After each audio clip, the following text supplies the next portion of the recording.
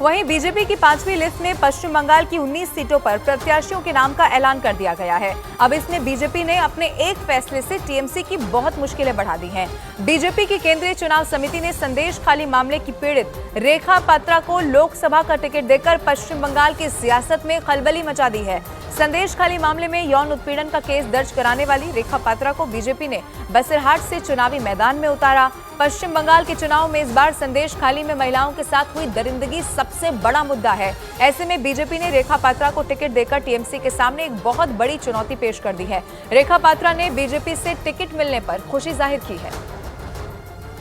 দেখুন, আমি প্রথমত বলবো মাননীয় নরেন্দ্র মোদীজিকে, ওনাকে অসংখ্য ধন্যবাদ। উনি আমার মতো একজন গ্রাম্য মহিলাকে প্রার্থী করার জন্য আর এই সন্দেশখালী বসিরহাট জেলার মা বোনেদের পাশে দাঁড়ানোর জন্য আমি সর্বদাই ওই মা বোনেদের পাশে থাকবো আর ওনাদের হয়ে আমি প্রতিবাদ করব। रेखा पात्रा को टिकट दिए जाने पर बीजेपी नेता अमित मालवीय ने ट्वीट कर टीएमसी पर हमला बोला और ये लिखा कि बीजेपी ने बंगाल के बसिरहाट से रेखा पात्रा को मैदान में उतार दिया है। वो संदेश खाली की पीड़ितों में से एक हैं जिन्हें शेख शाहजहां के हाथों पीड़ा झेलनी पड़ी है। वोट मांगने से पहले ममता बनर्जी को उनके जैसी महिलाओं के आंसू पहुंचने दीजिए जो चुपचाप पीड़ा झेल रही हैं और उनकी उदासीनता का शिकार हैं।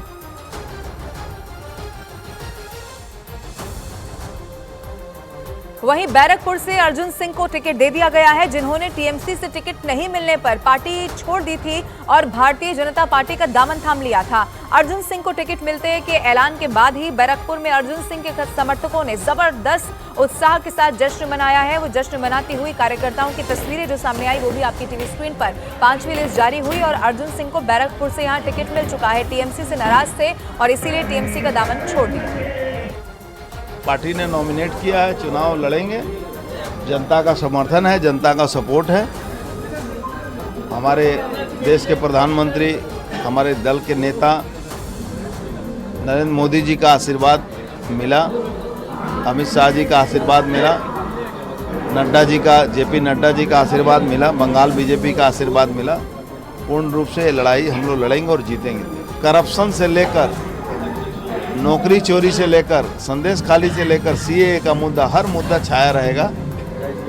ईडी सीबीआई जिस तरह से अपराधियों को खोज रही है, ये भी मुद्दा छाया रहेगा। और टीएमसी से भारतीय जनता पार्टी में आए पूर्व विधायक तापस रॉय को पार्टी ने उत्तर कोलकाता से उम्मीदवार घोषित कर दिया है। तापस रॉय अब तक 3 बार विधायक चुने गए। वो पिछले कई महीनों से टीएमसी से नाराज चल रहे थे। जनवरी महीने में पीडीएस स्कैम में प्रवर्तन निदेशालय ने उनके घर पर रेड डाली थी और लगभग 10 घंटे तक तलाशी अभियान चलाया था। तापस रॉय को नाराजगी इस बात से थी कि ईडी की रेड के 2 महीने के बाद तक ममता बनर्जी ने कुछ नहीं कहा और ना ही उनके साथ खड़ी हुई थी, जबकि टीएमसी के दूसरे नेताओं पर ईडी की रेड के बाद ममता उनके साथ दिखाई दी थी।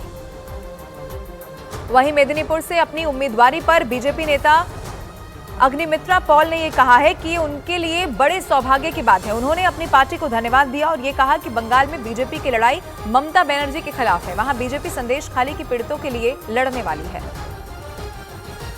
हम बहुत बहुत धन्यवाद देना चाहते हैं हमारे नेतृत्व, हमारे माननीय प्रधानमंत्री जी, गृह मंत्री जी, हमारे प्रेसिडेंट नड्डा जी, हमारे संगठन मंत्री BL संतोष जी एंड हमारे प्रदेश के डॉक्टर सुकांत मजुमदार, शुभेंदु अधिकारी, अमिताभ चक्रवर्ती, सतीश ढोन, हमारे जितने 4 जो हमारे ऑब्जर्वर हैं, सुनील बंसल जी, मंगल पांडे जी, अमित मालवीय जी, आशा लखरा जी, सबको, और हमारे कार्यकर्ता जो हमारे स्ट्रेंथ है, जो हर टाइम हमारे साथ खड़े रहे और आज जो क्रेडिबिलिटी हमारे हुए, ये हमारे कार्यकर्ता के लिए, क्योंकि भाजपा में हमारे संपद है, हमारे क्राउन, हमारी ज्वेल इन द क्राउन है हमारे कार्यकर्ता।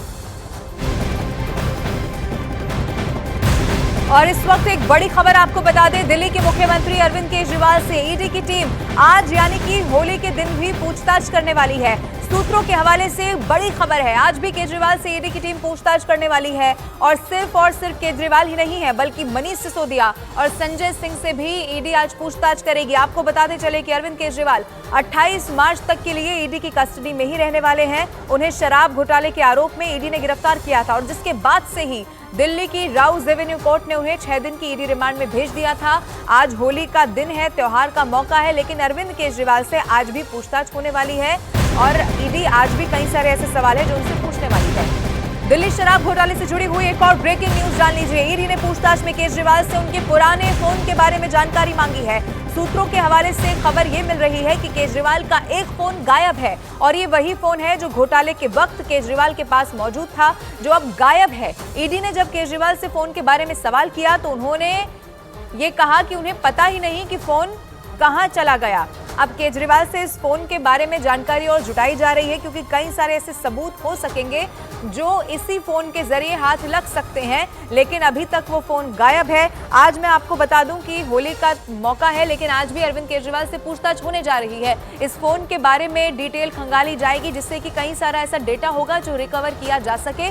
अरविंद केजरीवाल से आज एक बार फिर से पूछताछ होनी है। आपको बता दें कि वो अभी भी कस्टडी में है। 28 मार्च तक उन्हें कस्टडी में रखा गया है और इसीलिए आज भी पूछताछ होने वाली है। वहीं आप देखिए, आम आदमी पार्टी ये ऐलान कर रही है कि केजरीवाल जेल से ही दिल्ली सरकार चला सकते हैं। इस दावे ने उस वक्त तूल पकड़ लिया जब दिल्ली सरकार में मंत्री आतिशी ने एक चिट्ठी से दावा किया कि सीएम अरविंद केजरीवाल ने जेल से ही दिल्ली में पानी सप्लाई को लेकर एक सीधा आदेश उन्हें दे दिया है। और इस दावे के बाद से ही दिल्ली की सियासत में कोहराम मचना शुरू हो गया।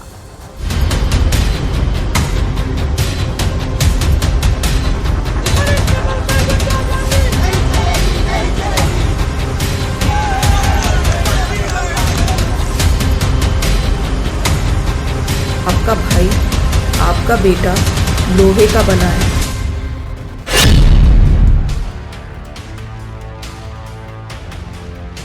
100 करोड़ के शराब घोटाले ने दिल्ली सरकार को उस दौर में पहुंचा दिया है जहां अब केजरीवाल ईडी की कस्टडी में जेल से सरकार चलाने को मजबूर हो गए हैं।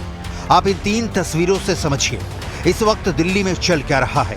पहली तस्वीर में दिल्ली सरकार में मंत्री आतिशी दावा कर रही हैं कि सीएम केजरीवाल ने दिल्ली में होली के मौके पर पानी की सप्लाई सही तरह से बनी रही, इसे लेकर केजरीवाल ने जेल से पहला आदेश उन्हें दिया है। दूसरी तस्वीर मुख्यमंत्री अरविंद केजरीवाल की है, जो इस वक्त ईडी की रिमांड पर हैं और उनसे लगातार पूछताछ हो रही है। 28 मार्च तक केजरीवाल ईडी की रिमांड पर रहेंगे। जबकि तीसरी तस्वीर में बीजेपी के नेता जेल से सरकार चलाने का दावा करने वाले आप नेताओं पर भड़क रहे हैं और इसे दिल्ली सरकार की ड्रामेबाजी बता रहे हैं। और इस सब के बीच एक बड़ी खबर मिल रही है कि ईडी ने आम आदमी पार्टी के उस दावे को गलत बता दिया है जिसमें उन्होंने दावा किया था कि केजरीवाल ने दिल्ली के जल संकट के समाधान के लिए लिखित में जेल से आदेश दिया है। ईडी सूत्रों के हवाले से बहुत बड़ी खबर है कि